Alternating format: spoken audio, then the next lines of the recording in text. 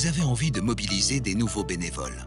Vous rêvez d'équipes coordonnées, super motivées et fidélisées. Mais vous ne savez pas par où commencer.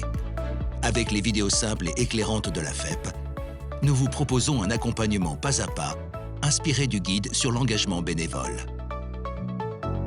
Alors prenons ensemble la route du bénévolat. Et hop, c'est parti!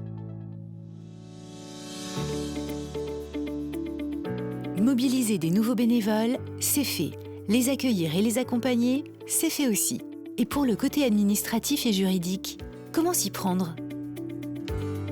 Quelques bases pour commencer. Vous avez besoin d'informations sur les bénévoles, coordonnées bien sûr, personnes à contacter en cas d'urgence, mais aussi quelles sont leurs compétences et leurs envies, sans oublier leur disponibilité. Des fiches individuelles sont très pratiques pour répertorier toutes ces infos. Ça tombe bien, un modèle vous est proposé dans notre guide. C'est la fiche pratique numéro 7.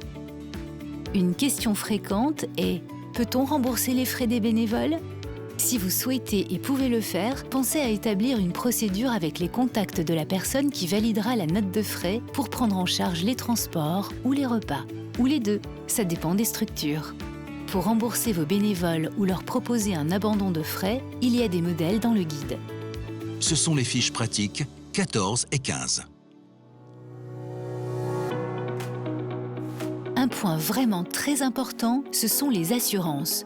Assurer vos bénévoles est recommandé, mais pas obligatoire. Si vous le faites, vous devez choisir le type d'assurance et prendre en compte les responsabilités civiles, dommages corporels, matériels, etc. Il vous revient aussi de définir si l'assurance couvre seulement les périodes actives des bénévoles ou pas.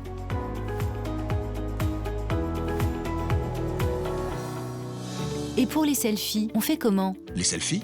Eh oui, il faut penser à la com. Assurez-vous que vous avez la permission de photographier et filmer les bénévoles et donc qu'ils ont signé une autorisation de droit à l'image. En cas de refus, il y a des solutions, comme le floutage. Et vous trouverez un modèle d'autorisation de droit à l'image, c'est la fiche numéro 16 du guide.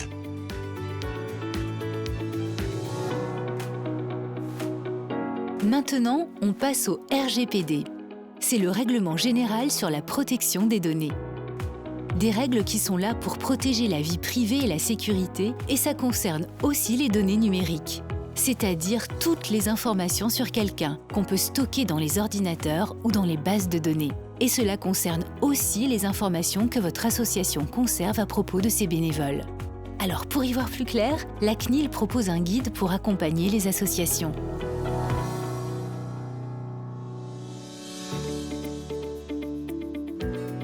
Une autre information utile, le bénévole n'est pas obligé d'adhérer à votre structure. Vous pouvez opter pour une charte du bénévolat ou une convention d'engagement. L'avantage, c'est que ça souligne l'adhésion du bénévole à votre projet. Pour en savoir plus, vous avez des modèles dans les fiches pratiques 6 et 10 du guide.